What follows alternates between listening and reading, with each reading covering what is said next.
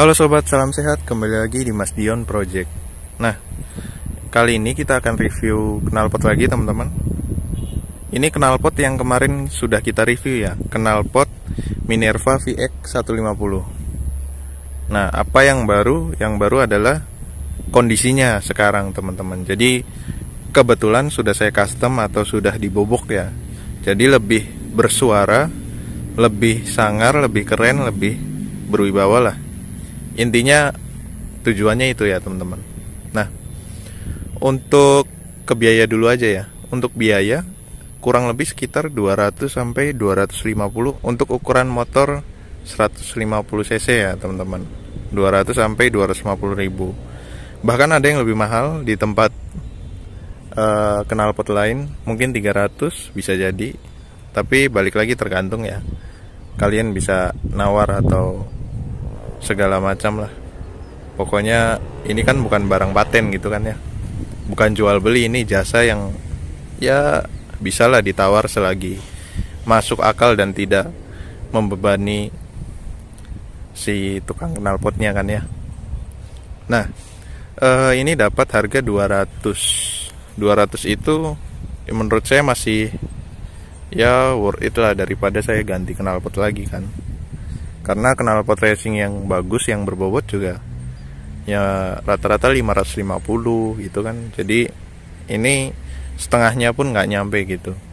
Makanya daripada beli knalpot racing, lebih baik saya sekalian riset, sekalian eksperimen knalpot Migeli ini, Minerva ya 150 VX, saya bobok. Nah, hasil suaranya nanti saya review. Jadi pada intinya adalah kalau bobok knalpot, menurut saya pribadi ya, setelah pengalaman lumayan main motor gitu kan, yang penting satu, yang pertama saringannya pakai yang tebel ya teman-teman. Jangan saringan yang kayak modelnya apa ya, knalpot racing yang dipegang doang tuh gepeng teman-teman. Kalau ini enggak, saringannya tebel, bahkan didudukin pun nggak jadi masalah gitu, keinjek pun nggak masalah gitu, karena dia posturnya kuat dan tebal. Itu untuk plat besinya ya, buat di saringannya. Yang kedua bagian gaspulnya ya teman-teman. Jadi gaspul atau gasbul ya, ngomongnya gimana tergantung kalian lah. Nah pokoknya seratnya itu yang tebel pastinya, satu tebel kan pasti padat ya. Nah satu lagi anti bakar teman-teman. Jadi terserah lah mau diiming-iming dengan merek apapun ya, mau gaspul R9 putih, Kawahara, pokoknya intinya yang buat saya, menurut saya bagus gaspul yang anti bakar ya teman-teman. Jadi untuk berapa tahun ke depan itu nggak menyusut gitu, nggak berkurang. Jadi suaranya tetap padat. Jadi jangan dipakai setahun atau malah setengah tahun udah suaranya udah cempreng lagi gitu kan. Nah itu kan kita rugi waktu, rugi dana ya. Nah kurang lebih seperti itu. Yang ketiga, yang penting las-lasannya atau garapannya rapi ya teman-teman. Nah itu dipertimbangkan kembali dengan cara kalian deal-dealan ya masalah harga. Takutnya kalau terlalu sadis juga nawarnya, ngerjainnya salah-salah, nah itu kan pengaruh juga ya. Tapi kira-kira pantas dan masuk akal aja lah kalau menurut saya. Nah itu yang penting sambungannya rapi, terus rata gitu ya. Bagian knalpotnya lempeng lah, nggak ada yang berubah gitu kan. Dan posisinya fitmentnya tetap pas gitu. Jangan sampai contoh misalnya udah, ini kan kita custom ya, maksudnya nggak PNP knalpot ini, udah disetting seperti ini, nanti digarap jadi posisinya nggak pas lagi. Nah itu kan aneh gitu, harus diposisikan seperti semula ya. Nah oke, baik, kurang lebih kayak gitu ya sekilas yang bisa saya bagikan. Nah sekarang kita lihat detailnya dulu.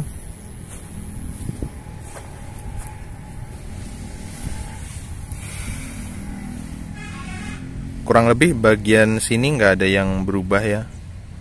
Cuma memang warnanya atau catnya agak ngelupas karena waktu dilas kan panas ya, jadi ya kurang rapi sedikit lah.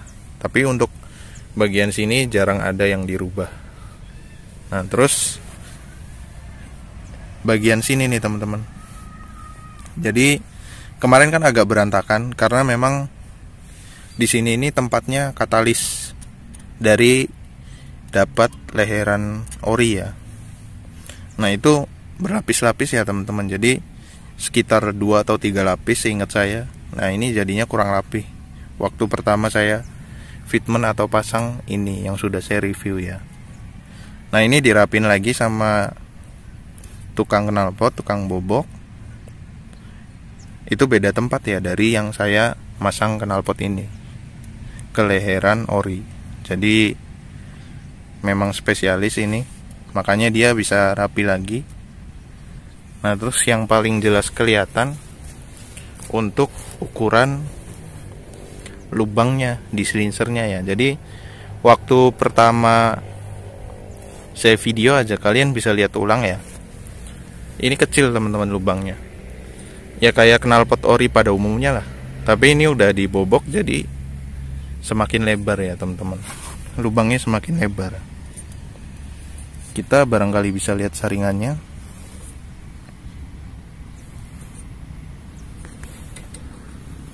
Nah kurang lebih seperti itu ya.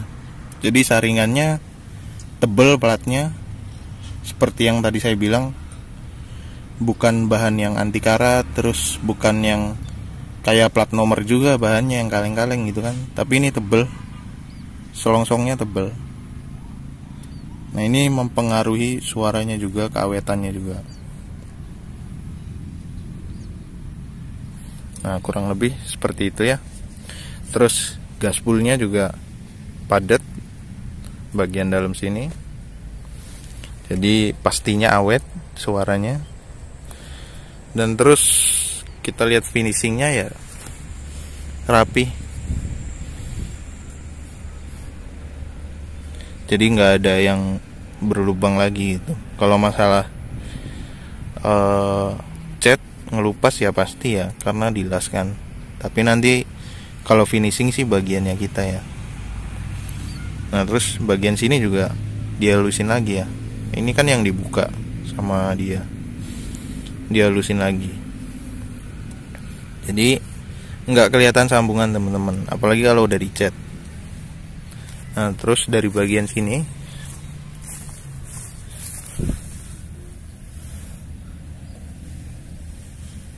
nah teman-teman bisa nilai sendiri lah. Pokoknya rapi kan ya, nggak ada yang berantakan hasilnya.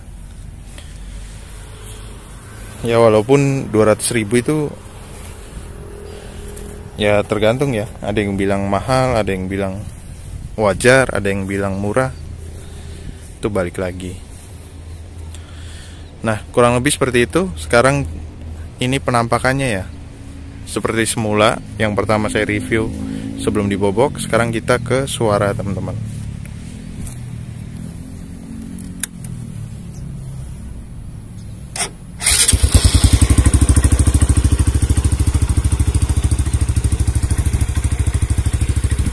Nah ini jadi sesuai requestnya saya ya. Jadi saya pengen diboboknya adem aja. Satu, aman dari polisi. Kedua, tetap berwibawa lah, makanya tuh pede. Nah untuk suara langsam kurang lebih seperti ini ya teman-teman.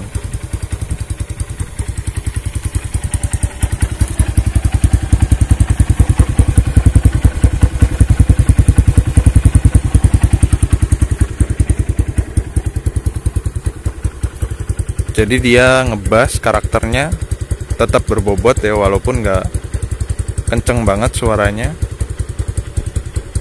tapi lumayan lah, nggak bikin ngantuk kalau kita jalan. Kita coba geber-geber.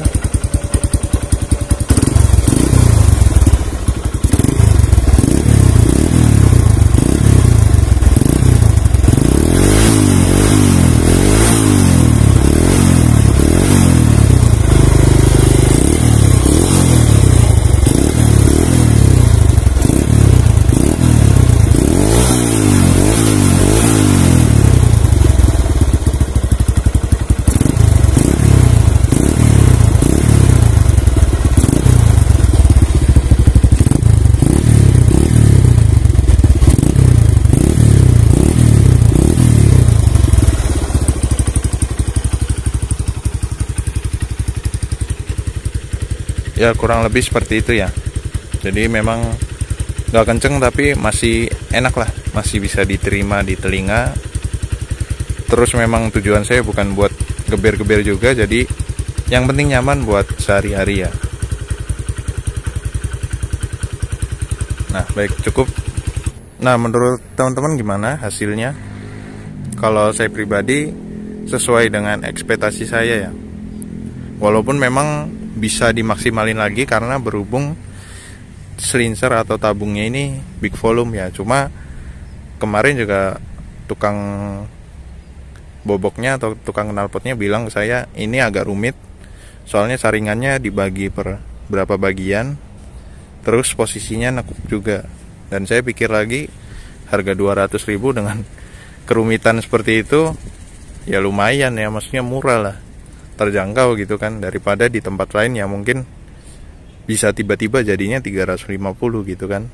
Tapi ya lumayan lah dapat segini, hasilnya sesuai dengan ekspektasi saya, dan pastinya dipakainya jangka panjang ya. Oke baik, segitu dulu yang bisa saya sampaikan. Sampai jumpa di video selanjutnya.